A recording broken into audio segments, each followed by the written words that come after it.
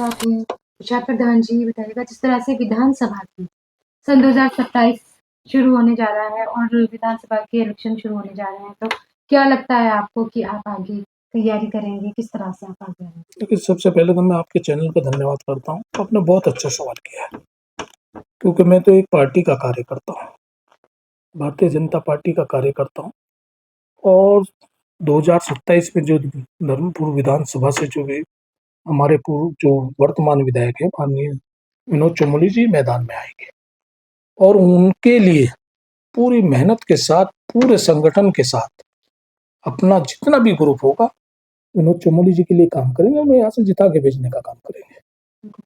Sir, जिस तरह से एसआईआर का मामला चल रहा है, आपने देखा ही होगा, जनता इससे बहुत ज़्यादा परेशान है। क्या लगता है आपको कि किस तरह से जिस तरह से डॉक्यूमेंट्स माँगे गए हैं, तो जनता को क्या कहना चाहेंगे? देखिए, एसआईआर होना बहुत ज़रूरी है, खास तौर पे उत्तराखंड राज्य के लिए, जो बाहरी लोग यहाँ पर आ रहे हैं और आप देख रहे हैं, जो बाहर से लोग आए किसी न किसी मामले में लिप्त हैं, सबके सामने आ रहा है और ये तो जो जनता परेशान है, इसे जो विपक्ष है, वो गुमराह कर रहा है, क्योंकि ये सरकार का काम है।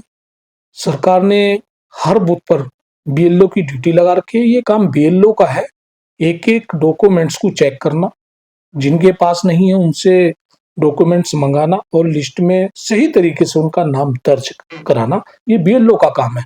लेकिन कांग्रेस के जो लोग हैं, वो गुमराह कर रहे हैं जनता को। उन्हें जानकारी नहीं है इस चीज की। वो अलग-अलग छोटा-छोटा सा कैंप लगा लेते हैं। क्या करेंगे वो? क्या वो लिस्ट में नाम चढ़वा पाएंगे? जब बीएलओ की ड्यूटी है, ये बीएलओ की जिम्मेदारी है। या तो वो कैंप लगाएं, बीएलओ को अपने कैंप पर बिठाएं, तब तो वो सही काम कर रहे हैं। लेकिन वो बीएलओ को नहीं बिठाते। वो तो एक गांव की राजनीति करते हैं, वार्ड की राजनीति करते हैं, दिखाते हैं कि जनता को दिखाते हैं कि शायद हम उनके कागज इकट्ठे किए, उठा के कूड़े में डाल दिए। जनता को पता कि ये बहुत अच्छा काम करते हैं, लेकिन वो काम नहीं हो रहा है। जो लोग उनके बहका में आ रहे हैं, उनका नाम लिस्ट से बाहर ही रहेगा। वो सही तरीके से नहीं चढ़ पाएगा, क्योंकि वो बीएलओ के टच से बाहर है। बीएलओ डोर टू डोर, घर घर जा रहे हैं और पूर्व की जो हमारी सूची है उसे भी चेक कर रहे हैं। जिनकी शादी होकर लड़की यहाँ पर आई हुई है, वो उनके मायके से मंगवा रहे हैं। तो सब जो जनता को जिन्हें मालूम है, जिन्हें करा रहे हैं बीएलओ को। सर, आपने देखा ही होगा कोटद्वार में एक मामला सामने आया है, दीपक नाम के लड़के का, जिस तरह से भाईचारा उसने निभाया है, तो आप इस भाईचारे के लिए उसके ऊपर क्या कहना चाहेंगे? क्या विचार देखिए, सबसे करना पहले तो चाहेंगे? मैं दीपक को बहुत-बहुत बधाई देता हूँ। जी, भाईचारे की जो मिसाल कायम की है, ये उत्तराखंड के लोगों के लिए सौभाग्य है। जी, और एक चीज जो विपक्ष दूसरे तरीके से देख रहा है, जब वहां पर एक किसी भी धर्म के लोगों की दुकानें हो सकती है, सब लोगों के धर्म की, कौन बिल्कुल। किसका विरोध कर रहा है। अचानक एक हादसा हुआ, मुस्लिम समुदाय के लोगों की दुकान थी, बजरंग दल के लोग, अन्य हिंदू लोग नहीं गए, ये नहीं आप कह सकते। कुछ चंद संगठन के लोग जाते हैं, उनका बोर्ड को चेंज कराने की बात करते हैं, वो करते हैं। वो जो दीपक भाई ने जो बात कही है, जब उनसे सवाल किया, जब उन्होंने देखा कि ये इसके ऊपर इसके साथ गलत कर रहे हैं, वो बीच में बीच बचाव के लिए आए। बजरंग दल वालों ने उनसे सवाल किया कि आप कौन हैं, आपका क्या नाम है। उन्होंने गुस्से में आकर बोला ये कि मेरा नाम मोहम्मद दीपक है। ये गुस्से में कहा उन्होंने।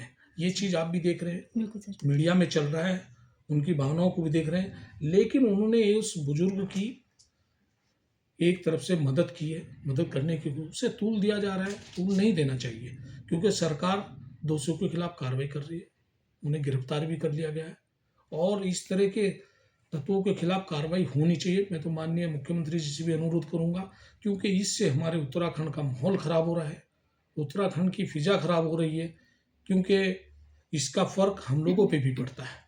तरह तरह की बातें होती हैं, लेकिन जो दीपक भाई ने किया अच्छा किया, कोई दिक्कत नहीं है। लेकिन उसमें तो दीपक भाई के समर्थन में अब जो संगठन है, जो बजरंग दल की भावनाओं के लोग हैं, उन्हें छोड़कर पूरा हिंदू समाज उनके साथ है दीपक भाई के। ऐसा नहीं है, हर आदमी चाहता है कि उत्तराखंड के अंदर हम सुकून से रहे, और जो सुकून से रहना चाहता है वो हक की बात करेगा। सर, एक लास्ट क्वेश्चन हम आपसे करना चाहेंगे, जिस तरह से 9 नवंबर रजत जयंती बनाई गई, तो क्या लगता है 25 वर्ष पूरे होने पर, आपने देखा होगा राज्य में उत्तराखंड राज्य बना, तो अब इन 25 वर्षों में नशे का कारोबार नशे का कारोबार बहुत तेजी से बढ़ा है, कम नहीं हुआ है। छोटे-छोटे बच्चे स्मैक ले रहे हैं, नशा कर रहे हैं, तो क्या आप सरकार से अपील करेंगे कि इस नशे को थोड़ा दूर? देखिए, मैं तो जो हमारे एसएसपी हैं अजय सिंह जी, मैं जी, उनका बिल्कुल। धन्यवाद करता हूँ। प्रशासन की तरफ से बहुत तेजी से नशो कारोबारियों के खिलाफ कार्रवाई हो रही है, लेकिन जो गांव या जो देहात होता है वहाँ में जो छोटे छोटे नेता होते हैं, कोई पार्षद के चुनाव की तैयारी करता है, कोई प्रधान के चुनाव की तैयारी करता है, वो अपने लालच के उसमें वो सख्ताई नहीं बरतते हैं। उन्हें सही होना पड़ेगा, क्योंकि नशे के कारोबारी पे जब कार्रवाई होती है ना, तो यही लोग बचाने के लिए उनसे पहले थाने पहुंच जाते हैं। मेरे इस क्षेत्र में तो नशे के कारोबारी जो पार्षद है वो खुद नशे के कारोबारी उन्हीं से चलता है। यहाँ पे मैंने पहले भी कहा है, ऐसा नहीं है। और ये सबको पता है, इस क्षेत्र की जनता को, जो आसपास के पूरे लोगों को पता है कि कौन इस काम को करा रहा है। जब तक जनप्रतिनिधि सही नहीं होगा तो नशे का कारोबार नहीं रुकेगा। धन्यवाद सर। Thank you.